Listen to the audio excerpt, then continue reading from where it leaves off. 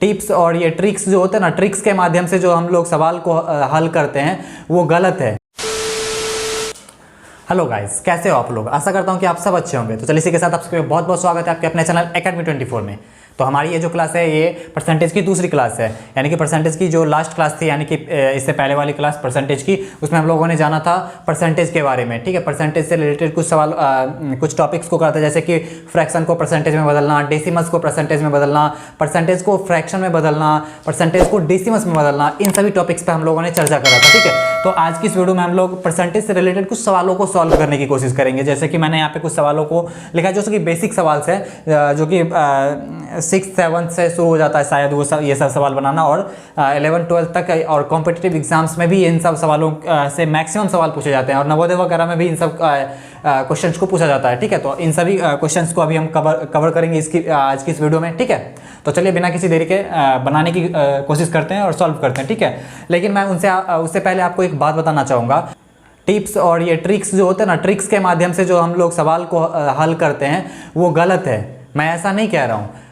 मेरे कहने का मतलब ये है कि अब जब ट्रिक्स को बनाने से पहले ना हम लोगों को ना उस सवाल को बनाने का तरीका पता होना चाहिए कि उस सवाल को बनाते कैसे हैं। ट्रिक्स हम क्यों यूज़ करते हैं? ताकि हमारा टाइम कम लगे। ठीक है, हमारे पास जो टाइम रहता है उस टाइम में ना हम आसानी से सारे सवालों को कवर कर सके, इसलिए हम लोग ट्रिक्स का यूज़ करते हैं। लेकिन इसका मतलब ये नहीं है कि हमको उसका मेन तरीका जो होता है बनाने का वो नहीं आना चाहिए। वो हमें पहले वो सीखना चाहिए, उसके बाद अब ट्रिक्स का क्या है वो तो हम लोग खुद से भी बना सकते हैं। ठीक है, तो चलिए बिना किसी देरी के हम लोग बनाने की कोशिश करते हैं। ठीक है, तो देखिए पहले नंबर पे क्या है, 30% को सामान्य भिन्न में बदले, यानी कि कह रहा है कि 30% जो है उसको सामान्य भिन्न में, यानी कि भिन्न में बदलना है, फ्रैक्शन में बदलना है। तो हम लोगों ने इसके बारे में तो पिछले क्लास में चर्चा करा था। एक का आंसर, सबसे पहले तो देखो क्या करते हैं हम, वो ट्रिक याद करते हैं। क्या करते थे कि अगर परसेंटेज को, यानी कि अगर फ्रैक्शन को हमको परसेंटेज में बदलना तो क्या करते थे, 100 से गुणना। लेकिन अगर परसेंटेज से हम लोग फ्रैक्शन की ओर जाएंगे तो क्या करते थे, भागा करते थे ना। तो वहीं पे देखो यहाँ पे क्या परसेंटेज है, उससे हमको फ्रैक्शन की ओर जाना है, तो 30% है तो 30 है, और परसेंट भिन्न की तरफ जाना है तो क्या करेंगे, उसको 100 से डिवाइड करेंगे। 100 तो हमेशा आएगा, या तो उसको गुना करना पड़ेगा या तो भागा। तो यही मैं कि गुना करें कि भागा। तो याद रखना, अगर फ्रैक्शन जो है वो परसेंटेज की तरफ जाएगा, यानी कि फ्रैक्शन जैसे कि यहाँ पे कुछ रहेगा और यहाँ पे कुछ रहेगा और ये परसेंटेज की ओर जाएगा तो यहाँ पे गुना होगा। अगर यहाँ पे क्या रहे, परसेंटेज, और यहाँ पे फ्रैक्शन, ठीक है, तो हम क्या करेंगे, भागा करेंगे। ठीक है, तो वही यहाँ पे हम लोगों ने क्या करा है, डिवाइड करा है, क्योंकि हमको परसेंटेज से किसकी तरफ जाना है, फ्रैक्शन की तरफ से। तो यहाँ पे देखो 0 0 कट गया, अब कटेगा नहीं, कट रहा है, 3/10 हमारा आंसर। देखिए इसके ऑप्शन में कहीं पे है 3/10, ये देखो सी हमारा इसका आंसर आ चुका है। यानी कि 30% को सामान्य भिन्न के रूप में लिखने के लिए कहेगा तो क्या आएगा, 3/10 हमारा आंसर आएगा सामान्य भिन्न में। चलिए ठीक है, 1 नंबर का तो सॉल्व हो चुका है। चलिए 2 नंबर का बनाने की कोशिश करते हैं। 2 नंबर में क्या कह रहा है, 500 रुपए का 20% बता, यानी कि 500 रुपए है और 500 रुपए का 20% बताने के लिए कह रहा है। तो सबसे पहले देखिए हम बनाने की इसको कैसे करते हैं। तो 500 रुपए है ही, ठीक है, 500 रुपए, तो 500 रुपए मैंने लिख दिया। उसके बाद कह रहा है का, तो का मतलब क्या होता है, गुना, तो मैंने गुना कर दिया। ठीक है, उसके बाद कह रहा है 20, यानी कि तो 20 लिख दिए। अब प्रतिशत का मतलब क्या होता है, प्रतिशत का मतलब क्या होता है, बट्टा में 100 होता है ना, प्रतिशत, प्रत्येक का 100वां भाग, तो यानी कि प्रतिशत बट्टा में 100 कर दिया। आप देखो इसका कैलकुलेशन कैसे होगा, ये कट रहा है, कटेगा। चलिए आसान तरीके से काटने की कोशिश करते हैं। देखो 0 0 0 0, ठीक है, कर दिए। अब कोई कट रहा है, नहीं कट रहा है। 52 जा 100, 100 रुपये हमारा आंसर आ चुका है। देखिए 2 नंबर में कहीं पे 100 है, 2 नंबर 50 60 70 100, डी हमारा आंसर आ चुका है। यानी कि 500 रुपये का 20% क्या होगा, 100 रुपये।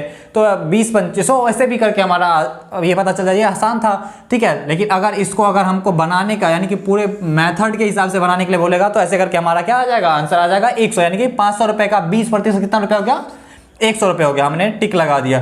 ठीक है, 2 नंबर का सवाल भी सॉल्व हो चुका है। चलिए तीसरे नंबर का सवाल बनाने की कोशिश करते हैं, 3 नंबर का।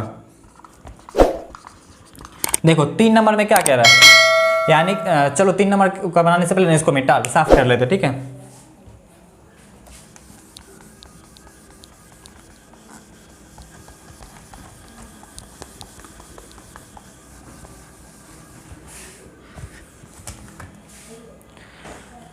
चलिए देखिए 3 नंबर का बनाते हैं। 3 नंबर में क्या कह रहा है सवाल? 3 नंबर में कह रहा है 52 का 13 कितना प्रतिशत है। यानी कि हमको प्रतिशत नहीं पता है, ये पूछ रहा है, ये संख्या दिया हुआ है कि 52 है, ठीक है, और उसका ना 13 जो है ना वो कितना प्रतिशत है, हमको ये पता करना है। तो हम क्या करते हैं ना, हम इसको ऐसे करके बनाते हैं। मान लेते हैं, माना कि 52 का 13 x प्रतिशत है। मान लिया है कि माना कि 52 का 13 जो है ना वो x प्रतिशत है, ठीक है। तो अभी देखिए इसका सवाल कैसे बनेगा। अभी सवाल देखो, इसी में से हम लोग बनाने की कोशिश। यहाँ पे क्या लिखा हुआ है 52, हल करते हैं। अतः 52 है यानी 52 है, का मतलब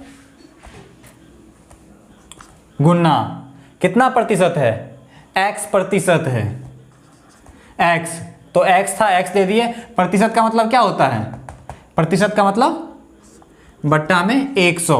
और ये कितना है 52 का x प्रतिशत कितना है 13 है ना, तो हम यहाँ पे 13 लिख देंगे, ठीक है। यानी कि हम अब देखो सवाल को, 52 का x प्रतिशत 13 है, तो वही यहाँ पे लिखा हुआ है ना, माना कि 52 का 13 जो है x प्रतिशत है, तो वही 52 का x प्रतिशत 13 है, हम लोगों ने वही कहा। देखो लेकिन यहाँ पे एक चीज़ देखते हैं, यहाँ पे देखो ये किस रूप में लिखा हुआ है, भिन्न के रूप में लिखा हुआ है, तो हम इसको भी भिन्न के रूप में लिखेंगे। बात तो वही हो जाएगा ना, डिवीजन यानी काटोगे तो 13 ही आएगा, तो हम लोगों ने उतना ही कर दिया, ठीक है।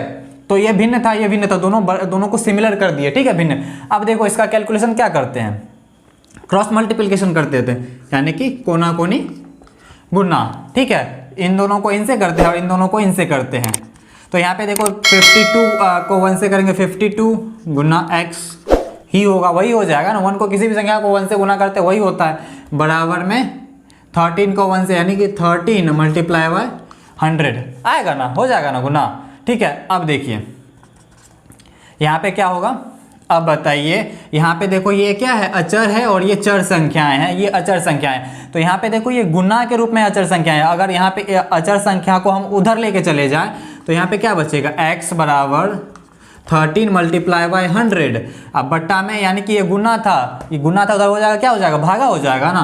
तो 52 भागा के रूप में हम क्या लिख दिए 52, डिवीजन के रूप में आ गया, ठीक है। अब देखिए कट रहा है, बिल्कुल कट रहा है, 13 चौके 52 कट गया। अब देखिए और भी कट रहा है, बिल्कुल कट रहा है, 25 4 जा 100, तो हमारा क्या आ गया, x बराबर 25, यानी कि प्रतिशत। तो हमने x क्या माना था, किसको माना था, x प्रतिशत को माना था ना, x तो कितना प्रतिशत है, तो यानी कि अब हम यहाँ पे लिख सकते हैं, अतः 52 का 13 जो है वो क्या है 25% है। अगर मान लीजिए आपको ये पता यार सवाल सही है या कि गलत है, इसको कैसे पता करेंगे। देखो सबसे पहले क्या करेंगे, यानी 52 है तो 52 का मतलब गुना कितना प्रतिशत है 25 बट्टा में 100। अगर हम इसका कैलकुलेशन करेंगे, हमको 13 आ जाना चाहिए। अगर 13 हमारा आ जाएगा तो हमारा सवाल क्या हो जाएगा, सही हो जाएगा।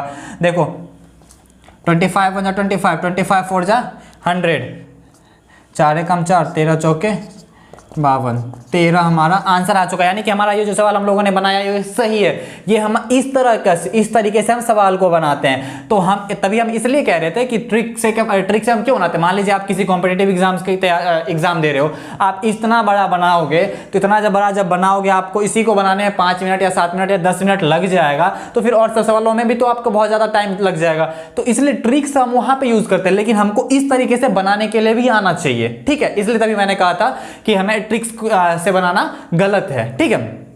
तो हमारा ये आंसर आ चुका है 13। देखिए यहाँ पे कहीं पे आया होगा, 3 नंबर में क्या है, कहीं पे है, कहाँ गया 25%। x बराबर क्या है 25%, यानी कि हमारा बी आंसर है 25%, ठीक है। तो चलिए इसके बाद अब हम 4 नंबर का सवाल बनाने की कोशिश करते हैं, ठीक है।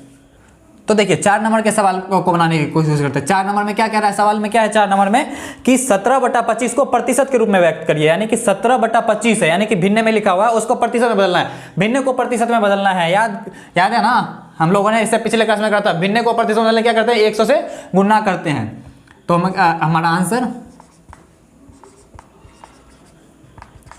देखिए क्या है 17/25। क्या करते थे, भिन्न को प्रतिशत यानी कि भिन्न से किसी भी ओर से हम प्रतिशत की ओर जाएंगे तो क्या करेंगे 100 से गुना, और प्रतिशत की ओर से किसी और की ओर जाएंगे तो क्या करेंगे 100 से भागा। तो हम तो अभी प्रतिशत की ओर जा रहे हैं तो क्या करेंगे गुना करेंगे 100 से। देखो यह भिन्न के रूप में लिखा हुआ, इधर भी भिन्न में नहीं कुछ है तो 1 दे देते हैं, दोनों तरफ बैलेंस हो गया, ठीक है, अच्छा लगेगा दिखने में। तो अब देखिए ये इसका भिन्न का गुना बन गया है, ठीक है, मल्टीप्लीकेशन ऑफ फ्रैक्शन।